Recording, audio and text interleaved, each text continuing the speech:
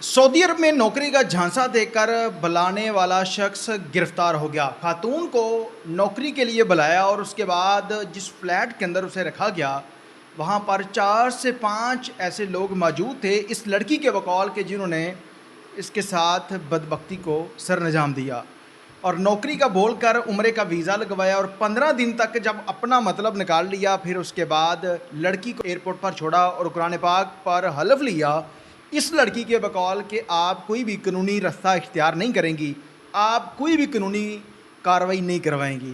पाकिस्तान वापस आती है और आते साथ मुख्तलिफ़ थानों में जाकर जो मुतलका थे, डीपी ऑफिस था, वहाँ पर जाकर एफआईआर दर्ज करवाने की कोशिश की। पहले उस लड़के के ऊपर 506 भी की और फिर उसके बाद 376 की एफआईआर दर्ज करवा दी। इस लड़की के बकौल जो चीज़ें इसने बताई और फिर उसके बाद कुछ चीज़ें उस लड़के की तरफ से भी सामने आती हैं, जिसमें इसी लड़की की मां के साथ उसकी तस्वीरें उम्र पर, फिर उसके बाद लड़की के साथ निकाहनामा, और वो शख्स कहता है कि ये लड़की गैंग चला रही है और ये लड़की कहती है कि वो गैंग चला रहा है।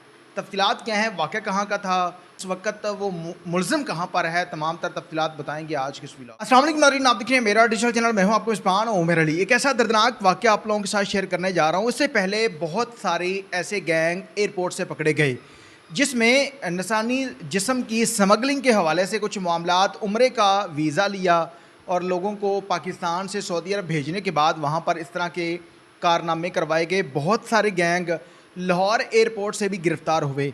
एक वाक़या मियाँ चन्नू से रिपोर्ट हुआ है जिसमें एक लड़की सोशल मीडिया पर आकर बताती है कि इब्राहीम नामी शख्स है, इब्राहीम ओड नामी शख्स, जो सऊदी अरब के अंदर रिहाइश पजीर था, वहाँ पर जॉब करता था और उसी के साथ समिया नामी लड़की का बहनोई जॉब करता था।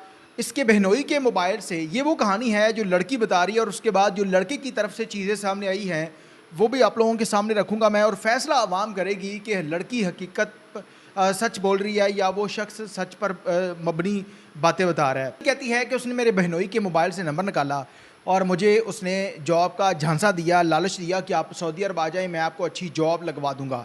ये लड़की कहती है कि मैं जॉब कर रही थी अमेज़ॉन में और फिर उसके बाद मैं उसकी बातों में आ गई। 2 से 3 माह तक हमारी फ़ोन पर बातें हुई।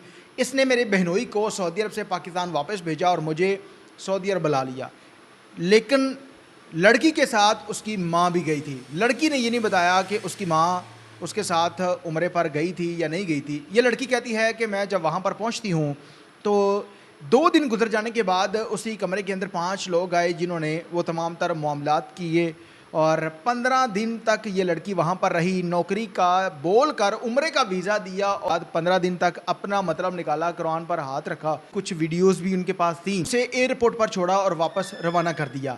लेकिन लड़की जो है ये नहीं बताती कि उसकी माँ भी उस वक्त उसके साथ मौजूद थी। अगर कमरे में वो अकेली गई थी तो उम्रे पर तो उसकी माँ भी उसके साथ गई थी, जिसके साथ इब्राहीम नामी शख्स की जो है वो तस्वीरें भी हैं उम्रा पर।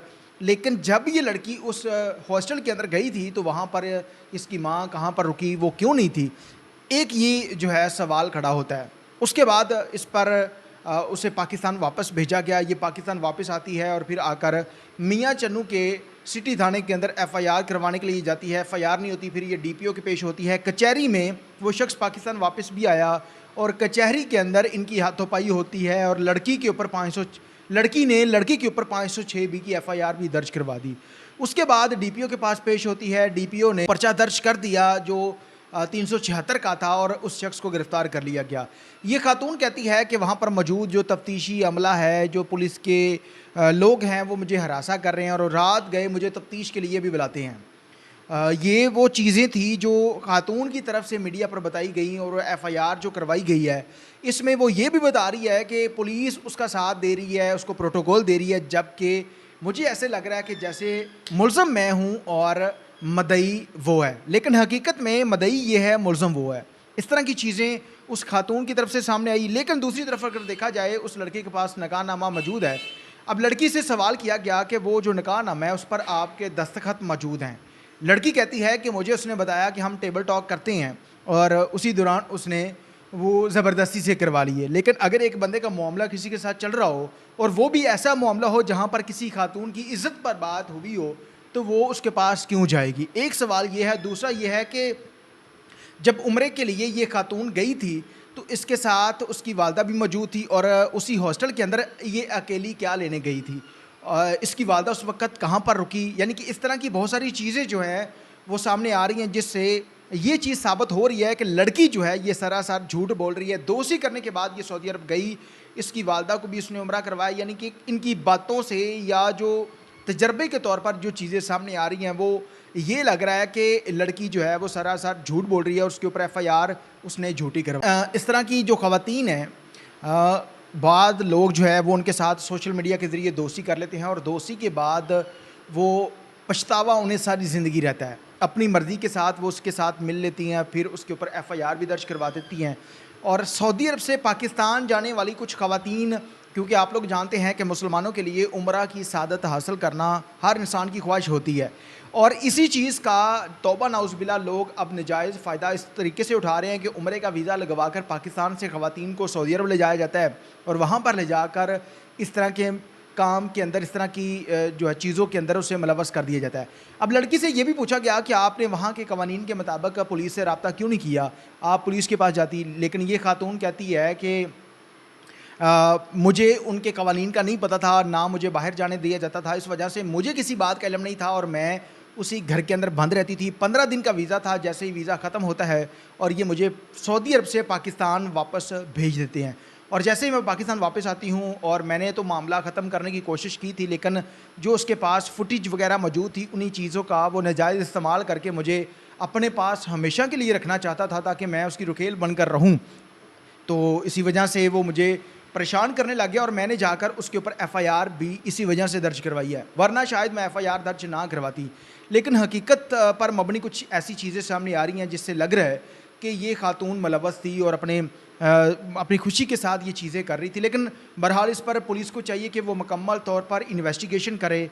अगर ये वाक़या सच्चा है जो खातून बता रही है कि उसके साथ ये मामला हुआ है, तो मेरे ख़्याल में ऐसे बंदे को कैफ़रे किरदार तक पहुंचाना चाहिए और ऐसी सज़ा मिलनी चाहिए उस बंदे को कि उसकी नस्लें याद रखें।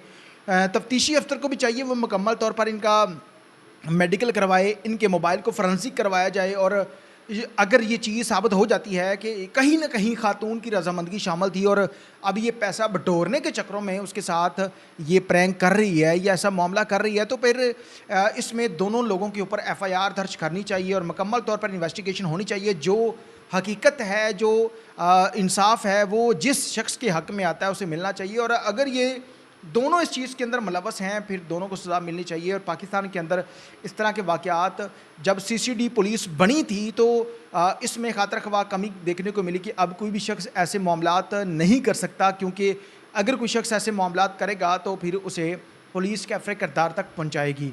देखते हैं कि अब इस खातून को इंसाफ क्या मिलता है। तमाम तर लोगों से गुजारिश है इस वाक़े के बारे में अपनी कीमती राय का इज़हार कमेंट सेक्शन में लाजमी कीजिएगा। अल्लाह ने